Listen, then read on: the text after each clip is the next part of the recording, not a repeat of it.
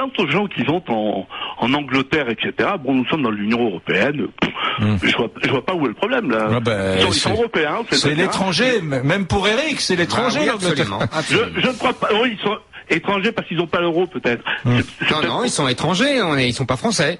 Ça veut pas dire qu'ils sont nos ennemis. Étrangers, ça veut pas dire ennemis. Il est pas très Zemmour, c'est pas vraiment un Européen, hein, vous savez. Mais l'Européen, c'est une Oui, mais alors, comme disait Bismarck, l'Europe, c'est une géographie, c'est pas un pays. Qu'est-ce qu'il disait Bismarck? L'Europe est une géographie, c'est pas un pays. Non, il disait pas une géographie. Non. Alors, une géographie politique, il disait. Non, c'est pas la même chose. Pas du tout, Non, ce n'est pas la même chose. Pas du tout. Non, ce n'est pas la même chose. Par ailleurs, vous dites que vous êtes attaché à notre terre, c'est très bien, je le suis. Mais je vous ai entendu, à l'époque où vous sévissiez sur une chaîne du service public sur la 2, pour ne pas la nommer, que vous étiez d'origine berbère.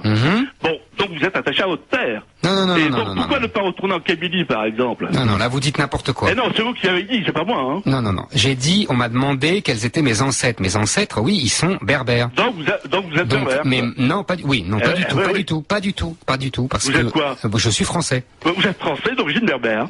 Mais alors, quel rapport? Et alors, à ce moment-là, pourquoi ne pas retourner, justement, lorsque vous faites le client? Mais mon cher, c'est compliqué, Michel. Mon cher monsieur, on peut vous répondre là ou vous parlez tout seul? Mon cher monsieur. Michel. Mon cher monsieur. Je vous écoute. Mon cher monsieur, il y a un siècle et demi, mes ancêtres ont demandé et ont été ravis d'acquérir la nationalité française. Donc ils sont français. À part Pétain qui leur a enlevé la nationalité française, ils sont français et ils aiment la France et donc c'est comme ça que je suis devenu français. Donc ma terre, c'est la France.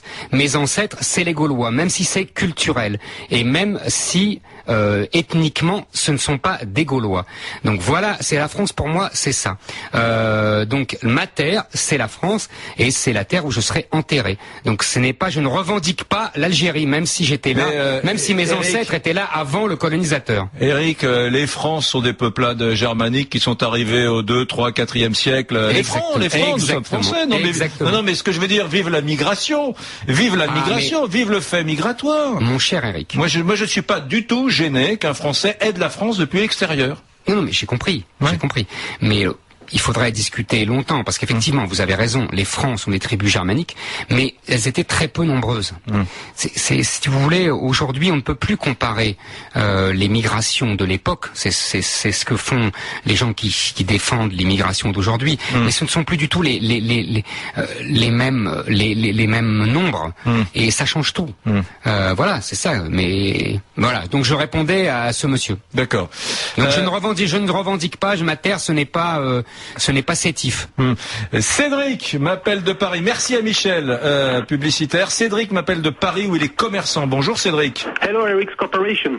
Bon, vous allez bien, ouais, c'est la Eric Corporation Limited là. Limited. Dites-moi, vous avez 37 ans et je comprends pas, vous êtes commerçant et vous préparez à quitter la France, vous? Complètement. Ça fait moi ça m'excite déjà depuis mon bac. Et là depuis l'élection l'année dernière de François Hollande, je suis nettement motivé pour quitter la France et pourtant je suis pas Depardieu ou autre. Plusieurs raisons me poussent à ça.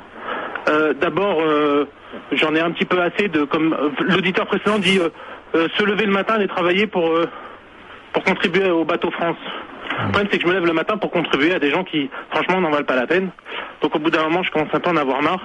Je regarde mon nombril, et puis je travaille pour moi et ma famille. Et aujourd'hui, je fais du 7 sur 7 pour justement me faire traire par l'État. Pour ne pas plus, j'ai même pas le droit à tout ça. Donc là, il y a cette chose-là. Ensuite, pour le bien-être de mes enfants, notamment la sécurité, la garde des écoles, enfin, toutes ces choses-là qu'un maçon pourrait trouver à l'étranger.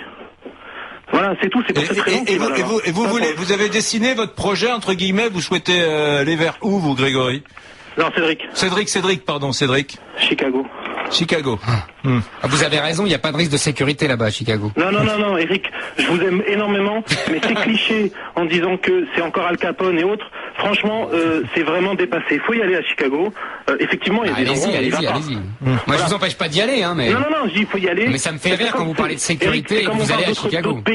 d'autres pays, par le petit bout de l'arloniette journalistique, c'est totalement faux. Et dites, alors vous n'êtes pas un riche, vous Cédric, vous êtes commerçant, vous ne partez pas pour des raisons fiscales? Je paye pas, je pars pas pour fuir l'impôt, mais je pars, non. Dites. Ouais. Je pars simplement parce que, surtout pour l'environnement, le bien-être, etc. Ouais, mais... Et effectivement, j'en ai marre de bosser pour les autres et qu'au bout à la fin du mois, il reste rien. C'est ça que vous ne comprenez pas, Éric Zemmour. C'est ça que vous ne comprenez pas. Les gens qui se tirent ne se tirent pas pour des raisons fiscales, ou en tout cas jamais que pour ça. Jamais que pour ça. Il y a la question du désamour qui est très importante. Le mépris, le racisme social n'existe qu'en France. Jamais un chef d'État n'a dit, même avant d'être chef d'État, je n'aime pas les riches. Enfin, c'est désigner une caste, une strate sociale à la vindicte générale. C'est inacceptable. Les riches contribuent à construire les centres hospitaliers que vous vantiez tout à l'heure, Éric Zemmour. Éric, il y a dans tout pays, il y a des systèmes de pensée qu'on appelle une culture et qui sont globales. C'est-à-dire que là-dedans, vous pouvez toujours prendre quelque chose qui ne vous plaît pas, et vous avez bien raison. Mais si vous tirez une pelote, vous avez l'ensemble du système. Alors quand vous nous dites, oui, c'est vrai, il y a une certaine envie, vous savez déjà, Tocqueville, Chateaubriand, tous les grands auteurs ont déjà dénoncé le défaut français de l'envie. Donc c'est pas nouveau. Mais si vous voulez, c'est un ensemble. Il y a des défauts, il y a des qualités qui vont avec l'ensemble. Je m'élève toujours quand on me dit, c'est pour ça que je me moque gentiment du monsieur quand il me dit j'ai des problèmes de sécurité, je vais à Chicago. Ça me fait rigoler parce que s'il y a un pays où il y a d'énormes problèmes de sécurité, c'est les États-Unis. Ce n'est pas un lieu commun journalistique. Simplement, eux, ils le traitent. Je ne suis pas d'accord. Je suis pas d'accord. Les grandes villes américaines ont considérablement. Mais bien sûr, parce qu'il est. Mais vous avez raison. Giuliani à l'époque à New York a considérablement. Mais il y a encore 10 fois plus.